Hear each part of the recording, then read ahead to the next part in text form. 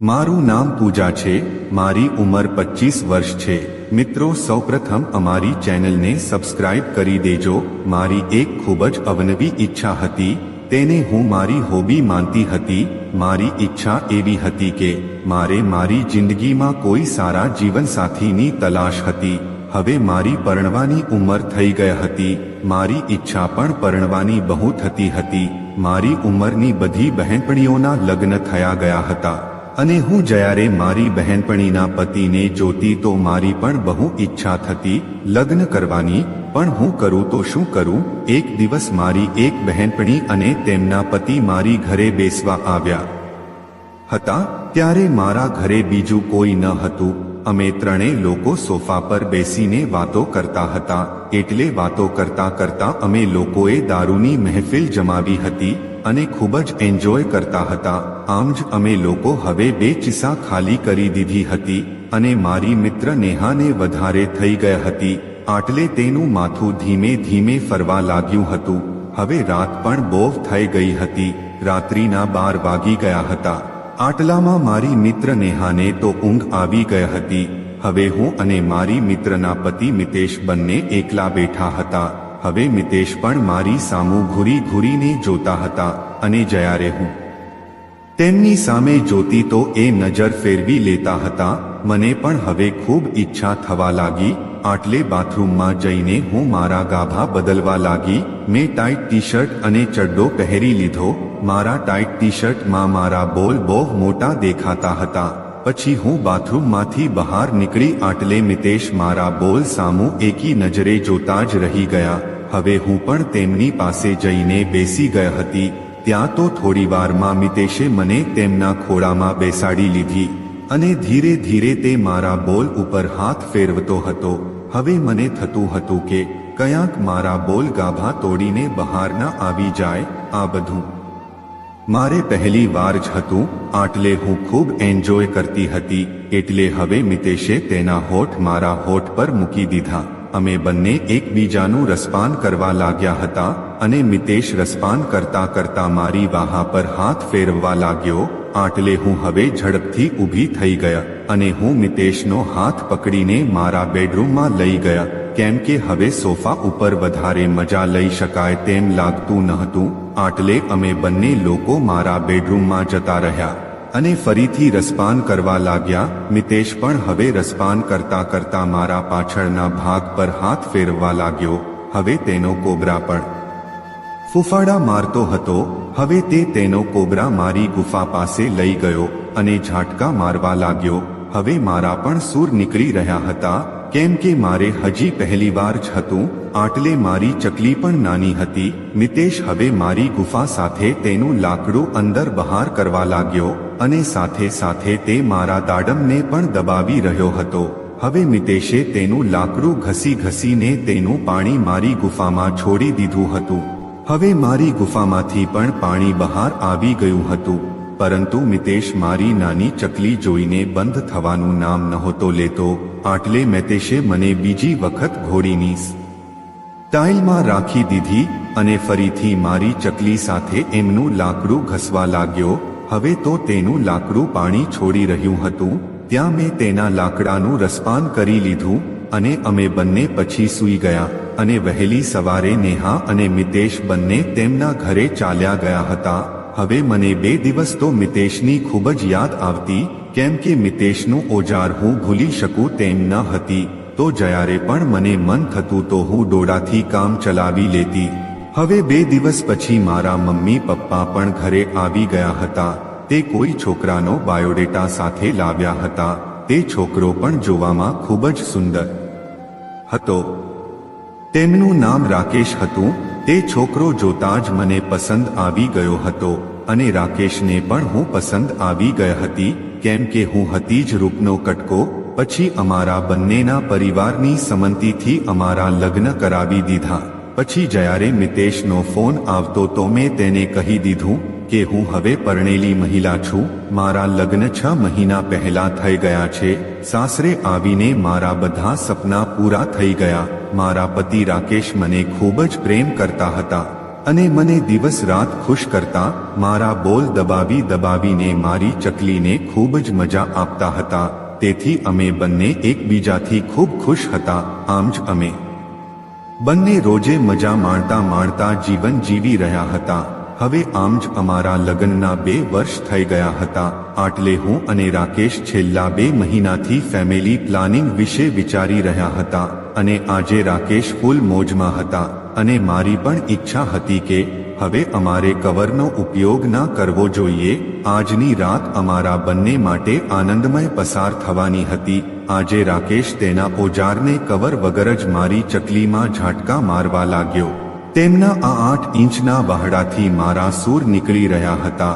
આમ જ રાકેશ હવે રોજે કવર વગર જ ઝાટકા મારતો અને તેનું અમૃત મારી ચકલીને પાઈ દેતો. મારા પતિએ મને એટલું કર્યું કે હું 1 મહિનામાં જ ગાભણી થઈ ગઈ. પરંતુ થયું એવું કે 1 મહિના પછી મારું બાળક ગીરી ગયું. મારી દેરાણી અને જેઠાણી સાથે પણ આવું જ થયું હતું. અને આવું થયું ત્યારે તે પાસેના ગામના બાબા પાસે ગયા હતા. મારા સાસરીએ બધા બાબા પાસે જતા અને બુરી આત્માને ભગાવતા હતા. હું આવા બાબા લોકોને સારા નહોતી માનતી, કારણ કે મેં સાંભળ્યું હતું કે બાબા ભૂત પ્રેત ભગાવવાના નામ પર ચીડિયા ઉપર એમનો ઓજાર ફેરવી દેતા હોય છે. આ બધું મેં સમાચાર પત્ર અને ટીવીમાં જોયું હતું. પરંતુ મારે બાળકની તકલીફ હોવાથી જવું પડે તેમ હતું, કેમ કે મારી દેરાણી જેઠાણીને આવી જ પ્રોબ્લેમ હતી. તો બાબાએ તેનો ઈલાજ કરી નાખ્યો હતો. મને થયું હું પણ ત્યાં જઈ આવું, કેમ કે બાળકની ખુશી કોને ના હોય. એ પછી મારી નણંદ અનિતા મને બાબા પાસે લઈ ગઈ. મેં પીળા રંગની સાડી પહેરી હતી. મારા પતિએ મારા સફરજન ખૂબ જ દબાવ્યા હતા. આથી તે મોટા થઈ ગયા હતા અને સાડીમાં મસ્ત દેખાઈ રહ્યા હતા. મેં ખુલ્લા કપડાં પહેર્યા હતા. બધા આ બાબાને પીપળાના ઝાડવાળા બાબા કહેતા હતા, કેમ કે તેણે પીપળામાં ઝાડ નીચે કુટિયા બનાવી હતી. હું અને અનિતા અંદર ગયા. મેં બાબાને જોઈને કહ્યું, બાબાના ચરણોમાં કોટી કોટી પ્રણામ. એવું મારી નણંદ અનિતા બોલી અને તેણીએ બાબાના ચરણ સ્પર્શ કર્યા. પછી મને ઈશારો કર્યો તો મેં પણ પગ સ્પર્શ કરી લીધા. બાબાના પગ સ્પર્શ કરતા મારા સફરજન બહાર દેખાતા હતા અને બાબાનો સામાન હલવા લાગ્યો હતો.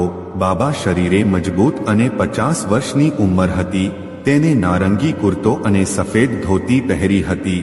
બાબાએ મને આશીર્વાદ આપ્યા અને કહ્યું, કલ્યાણ થાઓ બેટી, બોલો શું પરેશાની છે. અનિતાએ બધી વાત કરી કે મારું 1 મહિનાનું બાળક છૂટી ગયું છે. આને એકવાર સારા આશીર્વાદ આપી દયો. બાબા મને ત્રાસી નજરોથી જોઈ રહ્યો હતો. હું સજી તજીને અને સુંદર દેખાઈ રહી હતી. મારે ગળામાં મંગળસૂત્ર અને હોઠ પર લાલ લિપસ્ટિક લગાવી હતી. હાથમાં પીળી બંગડી પહેરી હતી. પગમાં ઝાંઝર અને વાળોમાં ફૂલો મહેકતા હતા. હું હમક હલ્લો દેખાઈ રહી હતી. બાબા મને ગહરી આંખોથી જોઈ રહ્યા હતા અને બાબાએ કહ્યું, તારા બંને હાથ આપ. મેં હાથ એની સામે રાખ્યા. બાબા મારા હાથ પકડીને 5 મિનિટ સુધી કોઈ મંત્ર બોલતા રહ્યા અને અમે આ વિધિ કરી અને જતા રહ્યા.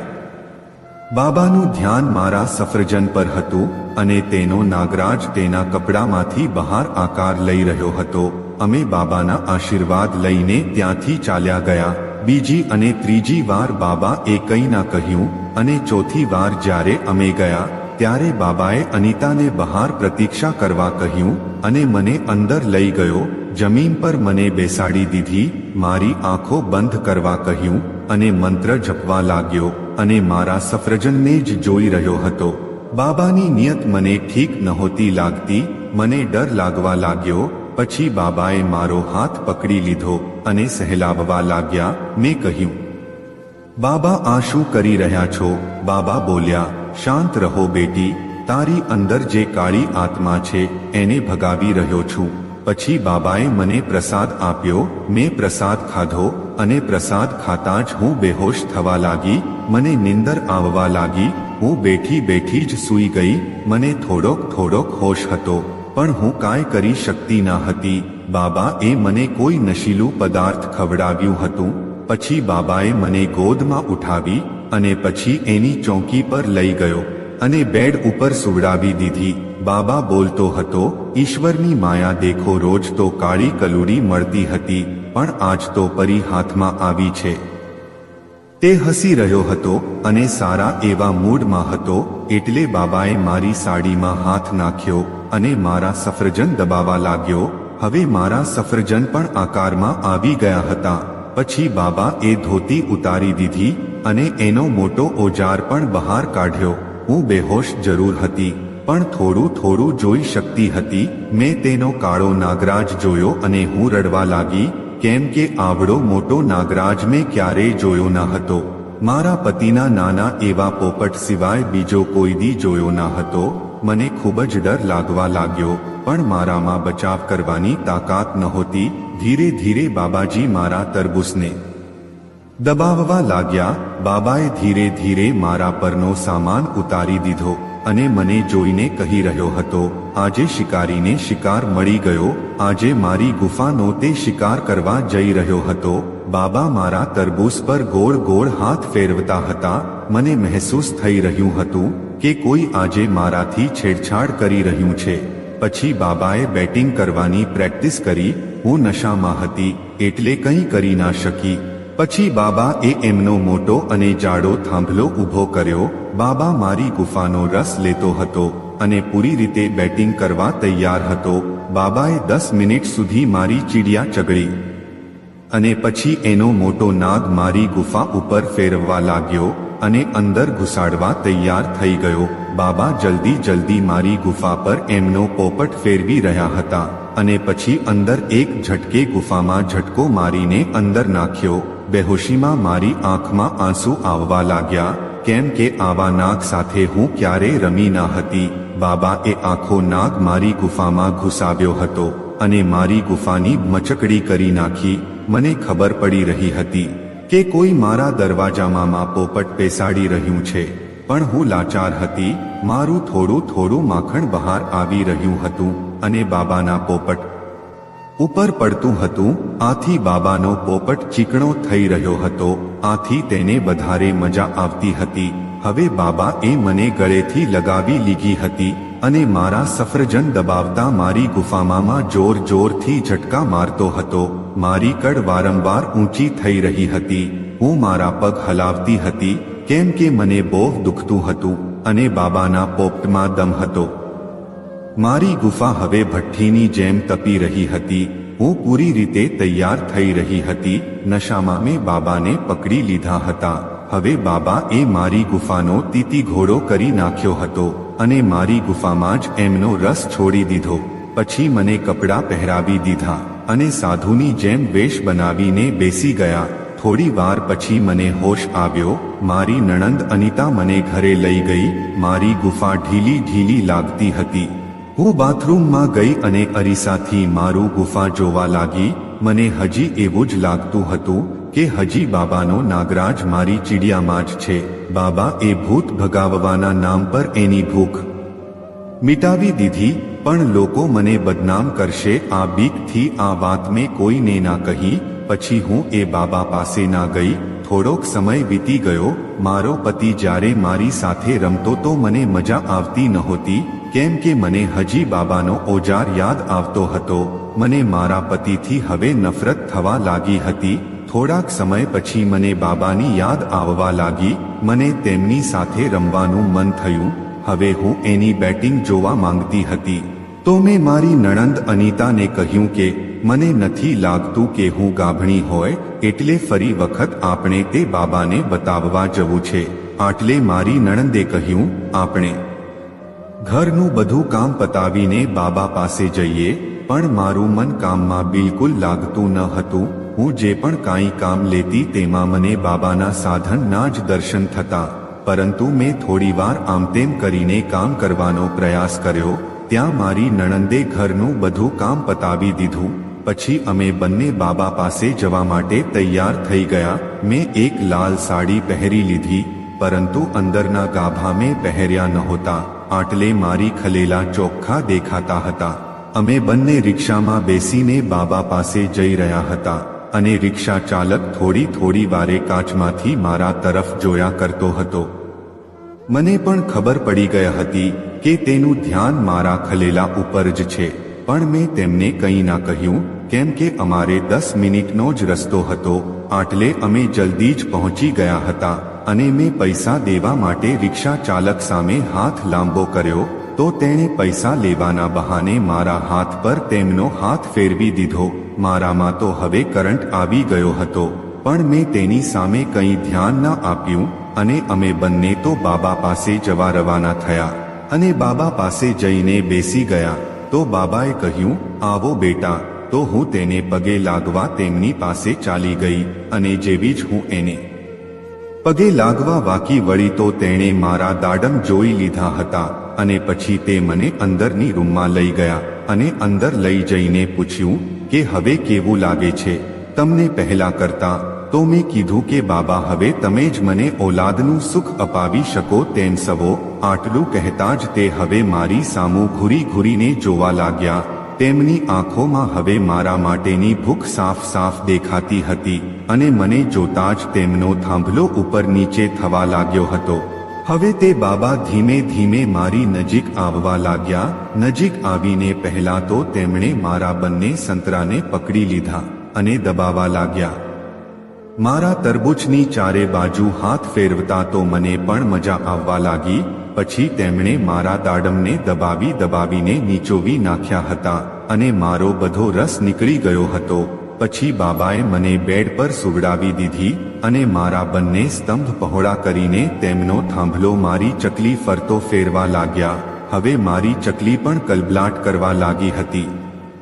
ત્યાં તો બાબાએ મારા બંને સ્તંભ ઉપર કરીને એવો ઝાટકો માર્યો કે મારી આહ નીકળી ગઈ.